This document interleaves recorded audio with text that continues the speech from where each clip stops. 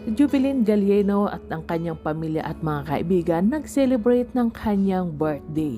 Maraming bisita ang dumalo sa birthday party na isinagawa nga ng pamilya ni Jubilin para sa kanya.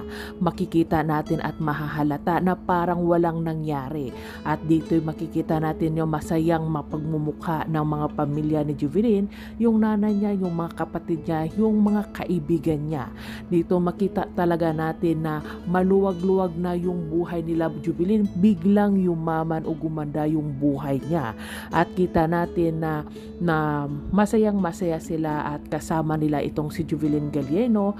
Masaya sila, nag-prepare ng mga kapagkain, maraming cakes, maraming handaan, maraming bisita yung dumalo. Andun din nga si Pastora at yung isang tao na parang incheck.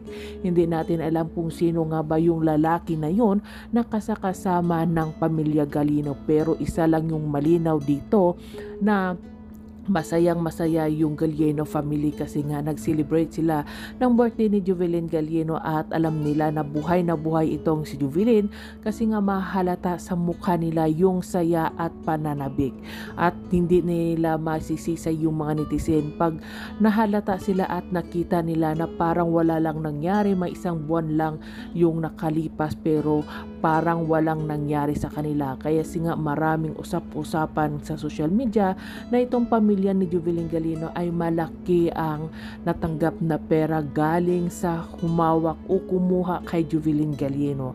At kitang-kita naman natin sa mga aura nila at sa mukha nila, sa bahay nila na biglang yumaman at biglang gumanda yung buhay ng Galieno family simula ng pagkawala ni Jubilin Galieno. At kahit masasabi natin na kung totoong nalulungkot sila at dinidibdib nila yung pagkawala ni Jubilin Galieno, hindi sila magkaganon na masayang masaya na parang excited sila sa kanilang ginagawa.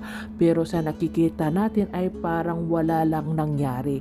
Parang andyan pa rin si Jubilin na kasama nila, parang walang ang nangyari na kung ano pa man na problema na dumating sa buhay nila kasi alam na nila sa puso at isip nila na buhay si Jubilin at andyan din na kasama nila kung saan man sila magpunta. Gayon nga lang ay merong isang tao na nagdurusa sa kasalanang hindi niya naman ginawa nang dahil nga sa pera ay nagkagulo-gulo sila at pinagkanulo nila yung isang kamag-anak nila na itong si Liubert Dasmariñas na wala namang ginawang masama sa kanila, siya yung nagbayad sa kasalanang hindi niya namang ginawa.